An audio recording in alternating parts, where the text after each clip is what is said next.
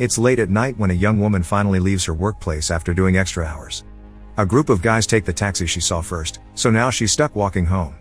As she takes the dark road, she's approached by a van, and its driver, Dushik, offers to take her home. The woman refuses, not wanting to get in a car with a stranger, but after walking a bit more, she hears some weird noises. She turns around to find the van door open and the sound of someone crying and asking for help coming from it. When she comes closer and takes a peek, however, she finds a bunch of clothes and the body of a dead man, because the one making the noises had been Dushik, who now grabs her and drags her inside to kill her before she can escape. Moments later, after having called 911 and changed into clean clothes, Dushik receives 2 police officers while pretending to be incredibly distressed. He points at the place where he left the bodies and pretends he found them there by accident, saying he saw a group of workers stab the woman. Some days later, Kim Kyung-mi is working at her usual desk in customer service. She's a deaf young woman, so she is in charge of taking the calls from other deaf and mute customers by talking to them using sign language through video calls. Just like regular customer service though, there are rude customers that call her names and give her the finger. After work, she goes to a company dinner even if she can't be part of the conversation. All the men at the table take advantage of her deafness to talk in a rude and inappropriate way about her, but they don't know she can read lips, so in return, she signs back a bunch of insults that they think are compliments.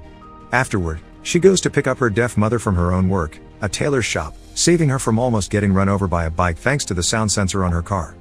Her mother is very happy because she's been paid well this month, and now the 2 of them can have that vacation at the beach they wanted. In another part of the city, Choi Seo-young is getting ready to go out, but her brother, security guard Jong-tak, has been very overprotective since their parents' death, so he argues with her over what clothes she's wearing and what time she's allowed to come home. She promises to be good, but later, she ignores her brother's texts while she's on her date and doesn't go home as early as she promised. Since she doesn't pick up her phone either, Jong-tak decides to go out and look for her. It's late at night when Dushik goes out to find another victim. He sees Kyung-mi leave her mother near an alarm post while she searches for a spot to park and chooses to go after her, but at that moment, Seo-young appears walking down the same street, so Dushik decides she shall do instead. He runs and quickly jumps on her, going unnoticed because Kyung-mi's mother is walking the other way and can't hear anything. After she's done with her, he moves to check with the mother, but his plans keep getting interrupted. First, Jong-tak stops by to ask the mother if he's seen his sister, leaving after getting a negative answer, and then Kyung-mi returns from the parking lot. On her way to meet her mother, she sees a white shoe suddenly coming out of a dark alley, and there's also someone calling out for help too even if she can't hear it. After a second shoe comes out, Kyung-mi decides to enter the alley and finds a crying, bleeding Seo-young asking for help. Before she can do anything, Dushik appears with an axe and jumps on Kyung-mi to kill her, but Seo-young pushes him off, giving Kyung-mi the chance to run. Kyung-mi returns to the street, and when she sees her mom, she chooses to run the opposite way to protect her. She goes back to the parking lot and hides among the cars as she makes her way to the back door, which has a very squeaky handle. As she begins opening it as carefully as she can, Dushik hears the noise and goes after her, but thankfully Kyung-mi opens the door just in time. The door is chained on the other side so she can't open it completely, but the gap is enough for a petite girl like her to go through and leave a bigger man like Dushik behind. Kyung-mi makes it to her car and calls her mom to tell her to wait for her by the alarm, but right after she hangs up, Dushik appears on the back seat with a knife in his hand. He makes her drive, but instead of taking him out of the building, she drives toward the wall, stopping right before they crash and using the opportunity to escape. Another running chase begins, and Kyung-mi manages to make it to his mom before Dushik can catch her. But because Kyung-mi presses the alarm button, Dushik can't come closer anymore, so while the women wait for the police, he returns to his van. After hiding Seo-young's body in it, he changes clothes and hairstyle to look like a normal businessman, then approaches the women with a carefree expression. Kyung-mi doesn't recognize him because the killer had been wearing a mask and a hat, so when this man says he's looking for his sister, Kyung-mi believes him. She's about to take him to the dark alley when the police arrive, but the officer finds the alley empty. Kyung-mi requests to see the security cameras, but the guard at the parking lot shows them they've been turned off by kids that hang there to smoke. The 3 of them are taken to the station so they can make a proper report. In the elevator, Dushik keeps looking at the weapons in his bag before glancing at the women, and this is noticed by Kyung-mi's mother, who thinks he doesn't look very sad anymore. To keep up his cover, he retrieves a black phone from his bag and tells them he's relieved to have received a text from his sister, which means the body wasn't hers. Moments later, Kyung-mi has finished giving her statement, but the officer can't do much without a body or a physical description of the killer. Dushik wants to help with that, but the cop scolds him for interrupting other people's statements, and the hobo that has been sleeping on a nearby couch takes the chance to insult him for it too. Seeing this as an opportunity, Dushik goes to the water cooler and while picking a cup, he insults the hobo in a low tone so the officer can't hear them. This enrages the man, who immediately jumps on Dushik to hit him, and during the struggle, Dushik drops a white phone on the floor that the mother picks up. The cop pulls the hobo away and takes him to another room, So Do-shik takes his phone back and goes to see Kyungmi's statement as an excuse to check her personal information. While he reads, the mother signs to Kyungmi that is suspicious for the man to have 2 different cell phones, and when he notices them talking to each other, he demands to know what it is about. Kyungmi only writes nothing for him, so Do-shik approaches the mother and starts going through the weapons in his bag, thinking of what to do next. At that moment, a cop appears with Jong-tak, who is trying to report his missing sister.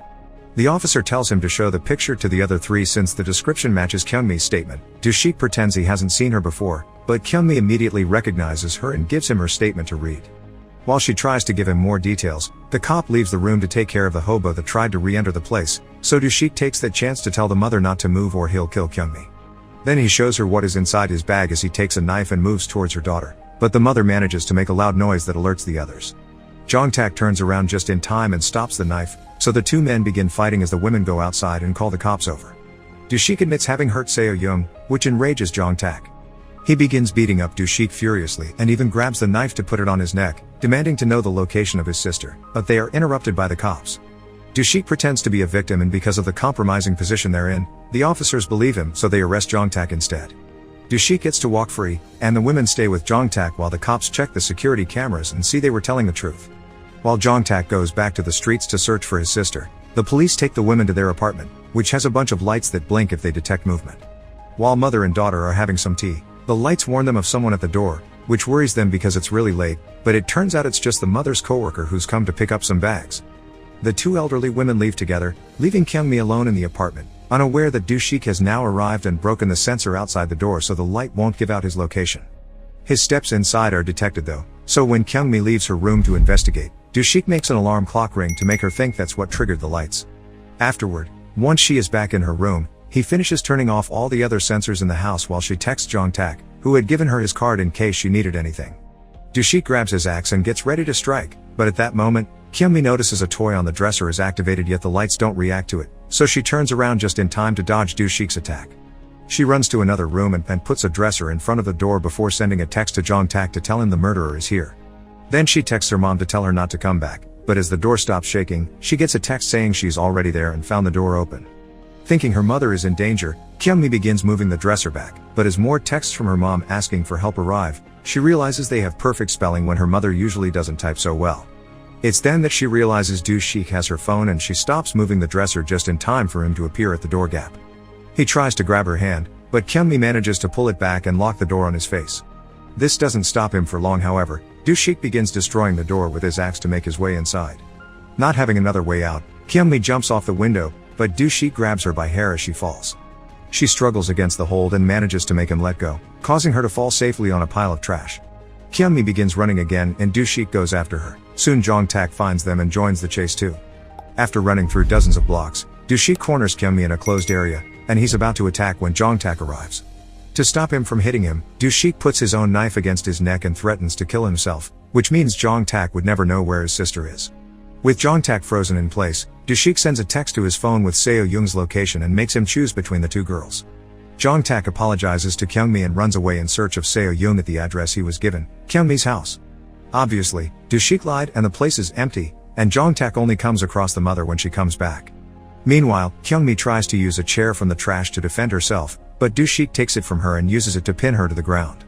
While he uses the phone to talk to Jong-tak and call him a bad person for having left her there, Kyungmi grabs some dirt and throws it at Do-shik's face to use the distraction to push him off her and start running again. When she reaches the street where his van is, he sees the door open and Seo-young coming out of it, asking for help with a knife in her hand. As the mother and Jong-tak reach the closed area and find it empty, the 2 girls hide in an alley, right behind a trash container. Kyungmi wants Seo-young to call 911, but she refuses because she can hear Do-shik nearby, who has discovered there is no body in the van, so Kyungmi decides on a plan. She writes on her phone a message to Seo-young, telling her to call her brother because he's nearby, before giving it to her and grabbing the knife in return. While Do-shik is turned around, she leaves the alley and hides, only coming out again when the murderer is about to find Seo-young. She makes a weird noise with her mouth and shakes a nearby metal shutter, and once he has Do-shik's attention, she puts the knife against her neck, threatening to kill herself and robbing him of the pleasure. Do-shik goes after her, and after pressing the alarm on the pole once more, Kyungmi begins running, restarting the chase around town while Seo-young calls her brother to ask for help. He and the mother go to rescue her with an ambulance, and Seo-young lets them know the direction Kyungmi has run toward to save her. This time, Kyungmi runs towards downtown, hoping to have more people around will make it harder to be caught. She crosses the busy street with lots of difficulty since she can't hear the cars, but after a few dangerous moments, she manages to reach the other side and go into a commercial area. She tries asking people for help, but since she can't talk, they ignore her. Dushik is coming closer, so she has no other choice but to take out the knife to defend herself, making everyone step back in a circle around them. A man in the crowd tries to call the police, but Dushik stops him by saying that's her sister who has issues and the cops would scare her into hurting herself. Kyungmi uses this moment as a distraction to run away. A moment later, however, the police find her and take her back to Dushik. Believing the sister's story, they also give the knife back to him. Once they're gone, Kyungmi starts crying, and with the few sounds she manages to make, she begs her not to kill him because she still has so much left to do. Not wanting to do this in front of people, Dushik takes her to a nearby ally, and after telling her she almost convinced her but it wasn't enough, he gets ready to stab her. Thankfully, Jong-tak arrives then and stops him just in time. The two men begin fighting, and Jong-tak manages to grab Dushik with a hold around his neck to choke him. He lets go once he passes out and goes to check on Kyungmi, letting her know that Seo-young is safe at the hospital and her mom is nearby. He's suddenly interrupted by Dushik, who only pretended to pass out and is now hitting Jong-tak with empty bottles and various other pieces of trash. Kyungmi gets him to stop by picking up the knife, so Dushik decides to leave the alley and go after the mother instead. He finds her in the middle of the commercial area and approaches her, asking her to follow him into a dark alley, but at that moment Kyungmi sees them and comes after him with her knife in hand. Dushik makes fun of her because she's failed to stab him and only managed to hurt his hand instead. However, that's part of the plan. She's put the knife in his hands and stabbed herself, making it look as if it was him. The crowd steps back, effectively believing the trick and not listening to him when he says it wasn't him. The police arrive then and shoot at the air as a warning, but Dushik won't stop moving, so they shoot him on the body a couple of times. This is still not enough, especially because Kyungmi provokes Dushik by giving him the finger, but when Dushik is about to try again, Seo-young arrives and tackles him to the ground, where he finally dies. Many days later, Kyungmi and her mother go to the beach to have the vacation they dreamed of. Seo-young and Jong-tak join them as well, and after showing them how they've been learning some sign language, the four of them take a picture together. Make sure to subscribe and turn on notifications so you can watch more videos like this. Thanks for watching.